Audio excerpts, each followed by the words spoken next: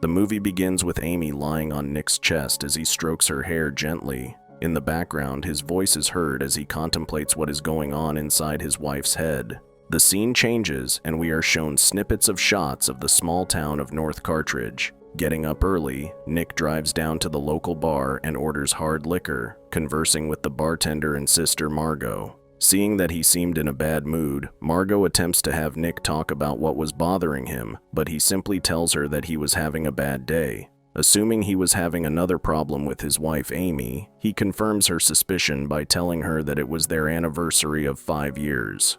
While he is talking about it, Nick is transported 5 years ago to a small party where he meets Amy.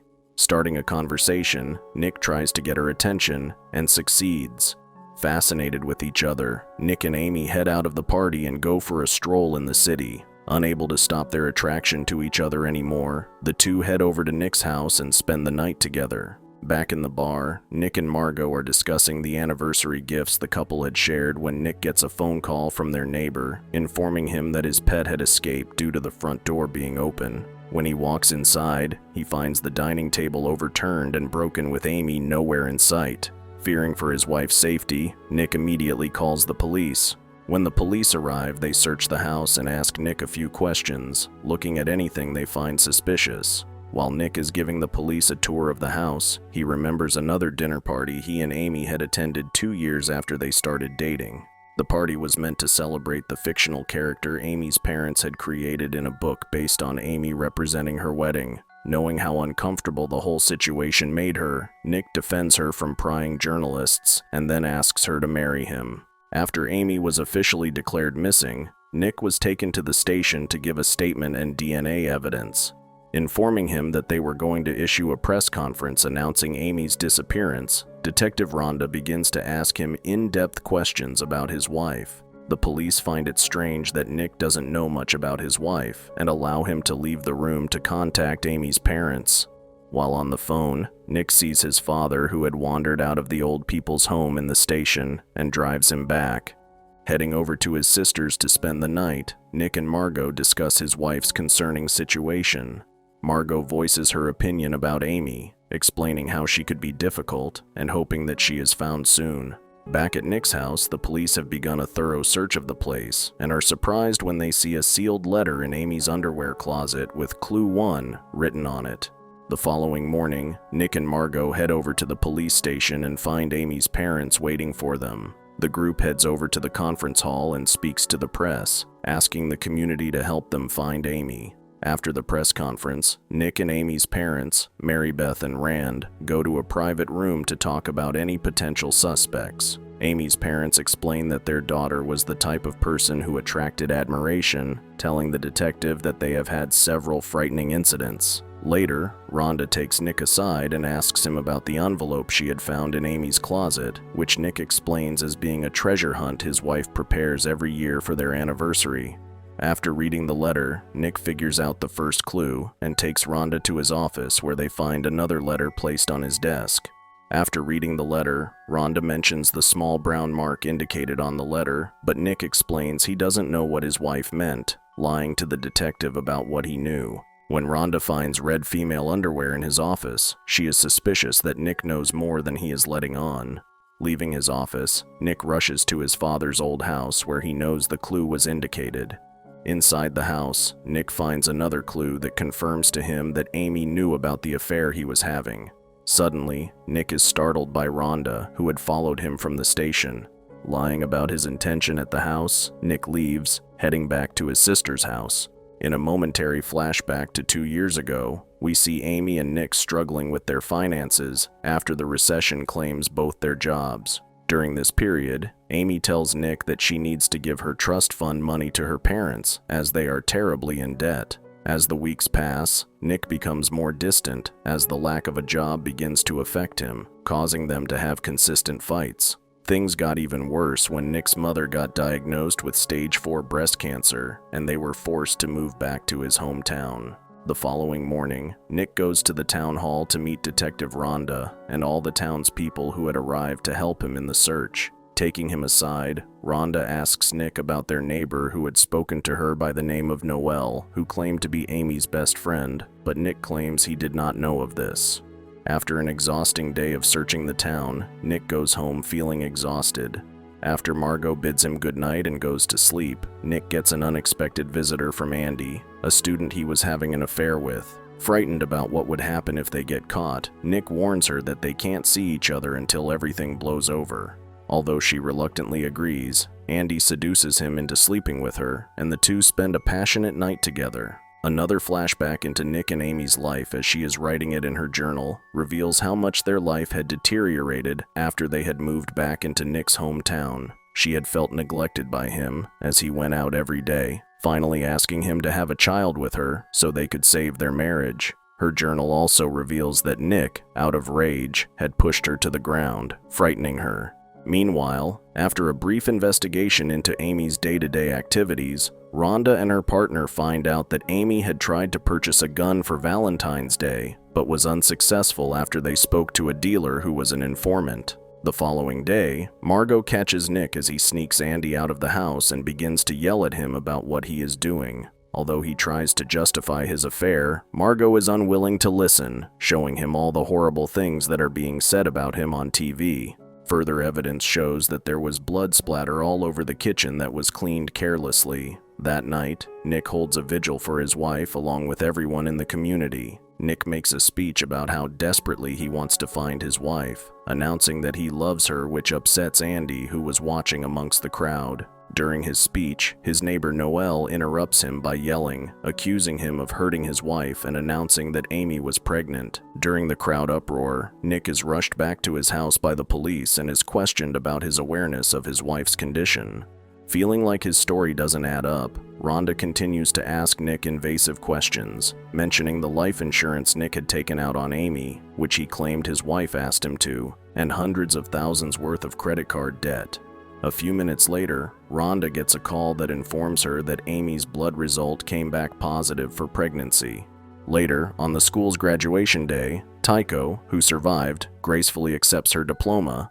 When he is left alone, Nick decodes the clue his wife has left, which leads him to an old house. When he opens the garage, Nick is shocked to find it full of all the items the officers had claimed he had purchased.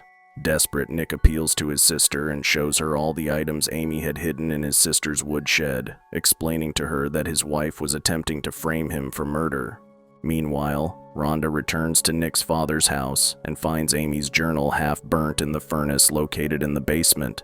The scene changes, and we see Amy driving away in her car, while her voice monologues about how Nick had taken everything she had and how she wanted to get revenge. She then describes her plan to frame her husband, going through the whole thing step by step, including how she had stolen Noelle's urine to fake her pregnancy test. Her final plan was to get the whole world to hate Nick for killing his beautiful pregnant wife, and then eventually drown herself for the police to find her body. Amy then hides out at a campground located in the Ozarks, changing her appearance and faking injuries. Desperate to save himself, Nick goes to find a famous lawyer who specializes in cases like this by the name of Tanner and tells him everything Amy was doing to him. Impressed by Nick's sociopath wife, Tanner agrees to help him, explaining that Nick needs to change the story to his benefit. Tanner then begins to ask questions about Amy's past, to which Nick reveals that Amy had pressed charges against a man called Tommy, who she claimed was harassing her. He also tells Tanner about Desi, Amy's high school boyfriend who she claimed stalked her. Organizing a meeting with Tommy, Nick goes to speak to him and finds out the shocking news that Amy had framed Tommy for SA. Tommy explains that he had tried to break up with Amy, but she had tricked him into sleeping with her and then gone to the police the following day, accusing him of SA. The charges had ruined Tommy's life, making him unemployable and undateable. After the information he had acquired from Tommy, Nick goes to speak to Desi, who seems apprehensive to see him. When Nick attempts to get some answers from Desi, he turns him away, unwilling to speak about his past with Amy.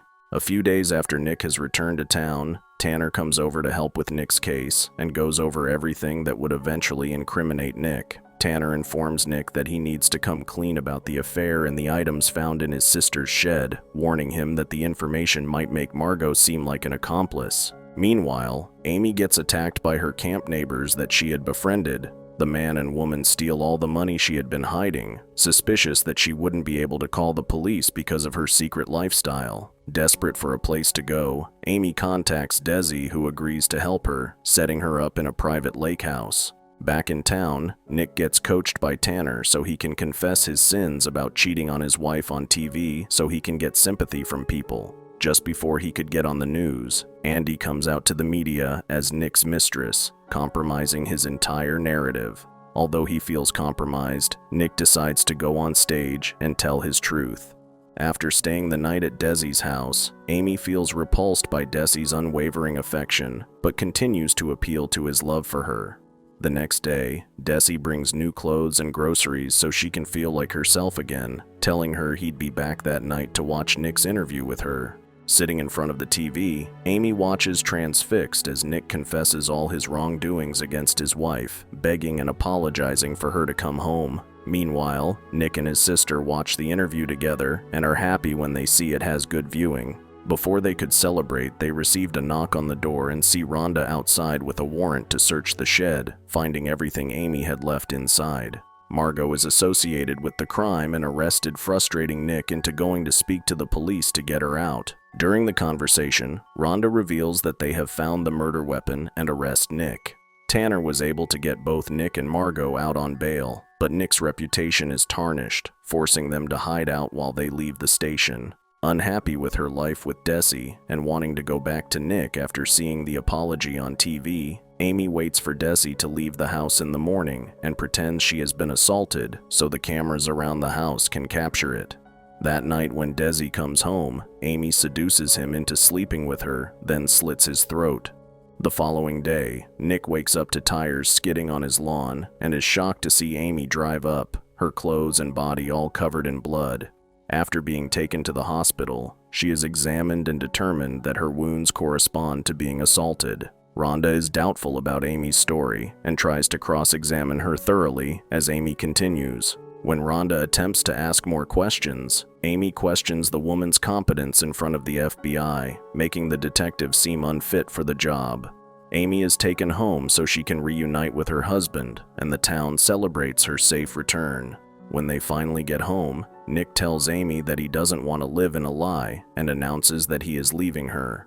Calm and collected, Amy warns that his life would be destroyed if he abandoned her again, which he believes is true.